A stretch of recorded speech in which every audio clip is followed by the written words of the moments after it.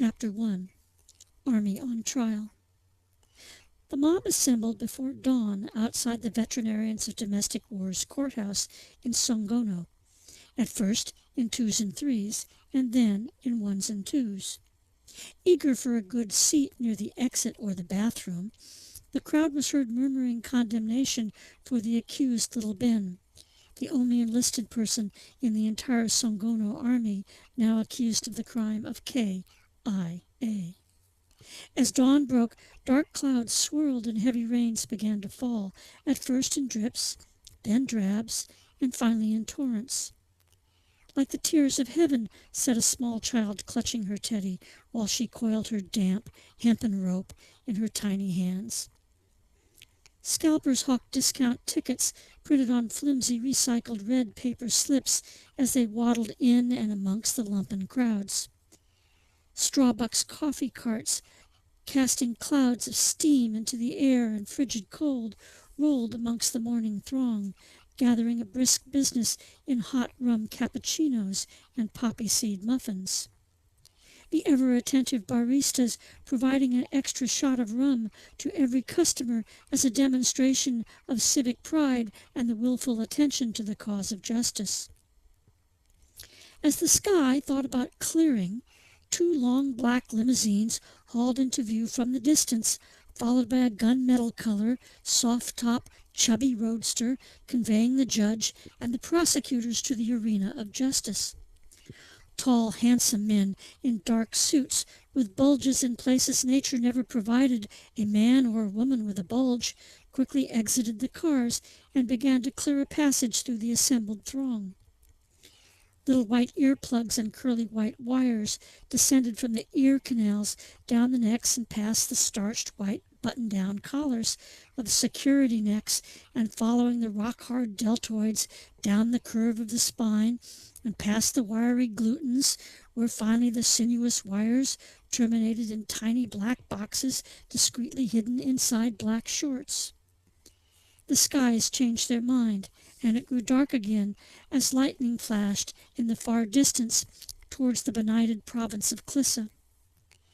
"This is going to be a day of weather and of blood," spoke the very tall chief of security. Judge Netherbottom, attired in a smart military uniform of cameo and chintz, with gold epaulets and a bosom encrusted with rhinestone medals, was the first to alight from the car. Clutching a small clutch of patented leather in her left hand, she quickly swept her field of vision, seeking the glint of the assassin's eye or the viper's fang. Upon seeing that the security team had done its work, Judge Netherbottom, clutch in one hand and jewel-encrusted gavel in another, sighed as she thought of the long day of justice and retribution before her. This will be the day, thought Netherbottom, the day when all hell breaks loose. Noticing the camera crews from channels 3, 6, 7, 8, 12, 62, 71, and 82, Netherbottom smiled her vapid smile of effervescent banality and made sure that her photogenic left side faced the gleaming, never-blinking eye of the media. "Over here, Judge.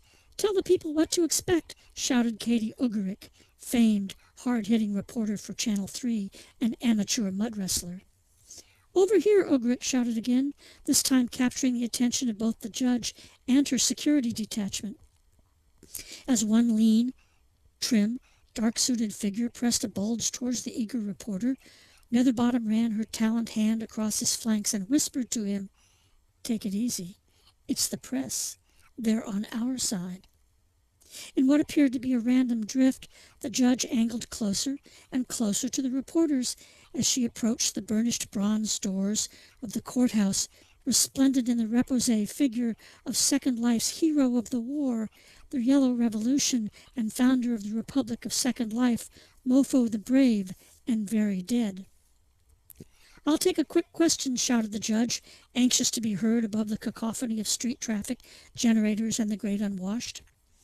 Thrusting her microphone through a narrow passage between members of the gathered throng, Ugarick, famed for her perceptive insight and vindictive humor, shouted, "Is she as guilty as she looks?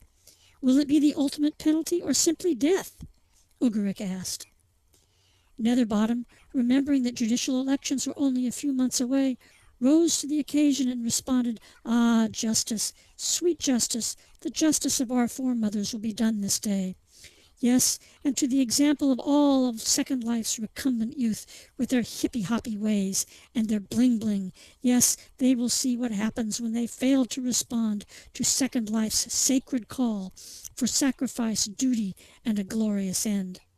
She shouted just loud enough to be clearly heard, but not so loud as to diminish the dramatic effect of the now chanting coffee clatch of citizens demanding justice and the ultimate sacrifice. Justice, justice, justice was the incantation of the morning, undiminished by the recurrent raindrops and the threat of early snow.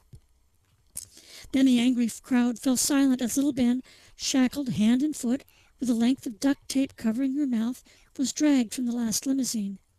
Yanked to her feet by security goons, a gentle tear fell upon her pale green eyes and across her soft, peachy, freckled cheek. A small, tiny strand of her purple hair blew across her tiny face, making her look small and weak indeed. She stumbled into a cold and muddy puddle, only to be cruelly pulled to her feet by a particularly tall, black-clad security man who paused briefly to brush the mud away from the sign hung around little Ben's neck that read, "Guilty." Seeing little Ben, the crowd surged forward, its silence broken by snarls and shouts of vitriol and fury. Security moved as one to prevent a lynching by forcing themselves between the accused and the angry horde, but not before allowing the aged and liver-spotted hand of a gentle white-haired senior to rip the bodice of little Ben's fragile form. Cold rain fell upon little Ben's downy, pear-like breast as she shuddered from the chilling rain and the boiling rage of the crowd. Little Ben felt the sting of shame and dishonor. Shame for her now visible birthmark, and dishonor as the mob gawked at her exposed bosom. The birthmark, a reddish blemish that looked a bit like a snake biting its tail, almost glowed in the dim light. The courthouse clock chimed 9 bells in a deep and resonant call of justice to be done. Quickly the judge, security, and the prosecutors, with little Ben in tow, maneuvered towards the bronze doors of justice. "Wait," whispered the judge to the security chief. "First the perp walk. Don't forget the perp walk."